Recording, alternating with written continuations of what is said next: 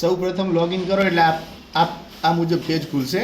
પછી ત્યારબાદ કોર્નરમાં રિવ્યૂ સર્વે ડિટેલ જે દેખાય છે એની ઉપર ક્લિક કરવાનું રહેશે. અહીંયા ઉપર તમને દેખાતા હશે કે તલાટી કમ મંત્રીએ કેટલા એપ્રુવલ પેન્ડિંગ કરવાના છે અને બાજુમાં દેખાય છે એ તમે એપ્રુવલ આપેલા છે. તો અત્યારે 637 એપ્રુવલ આપવાના બાકી છે.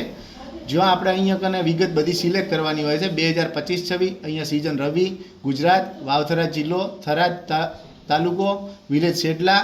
અને અહીંયા પછી જે તારીખ સિલેક્ટ કરવાની છે એ 2 ટાઈમ સિલેક્ટ કરવાની છે તારીખ. અને તારીખ તમારે એ સિલેક્ટ કરવાની કે તમારા ગામના સર્વેયરે જ્યારે પણ સર્વે ચાલુ કર્યો હોય એ તારીખથી લઈ અને છેક સુધી 7 દિવસના અંતરમાં તમારે તારીખ સિલેક્ટ કરવાની. માની લો કે સેડલા ગામની અંદર 15 તારીખે સર્વે ચાલુ થયો છે તો 15 ને 7 22. તો આ રીતના ડબલ વાર ક્લિક કરવાની એટલે અહીંયા 2 વાર તારીખો સિલેક્ટ થશે, 15 12 થી 22 બાર. અને અહીંયા સ્ટેટસની અંદર ફર્સ્ટ કન્ડક્ટ સિલેક્ટ કરવાનું રહેશે.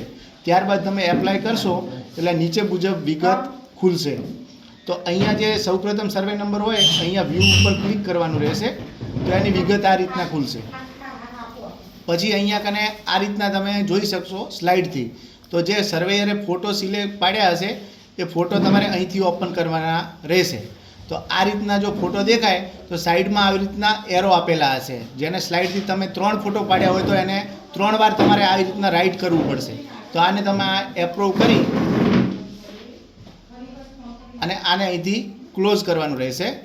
ત્યારબાદ તમે એપ્રૂવ કરી અને સેવ કરશો એટલે આ સર્વે થઈ જશે અને પછી ક્લોઝ ટેપ કરવાનું રહેશે.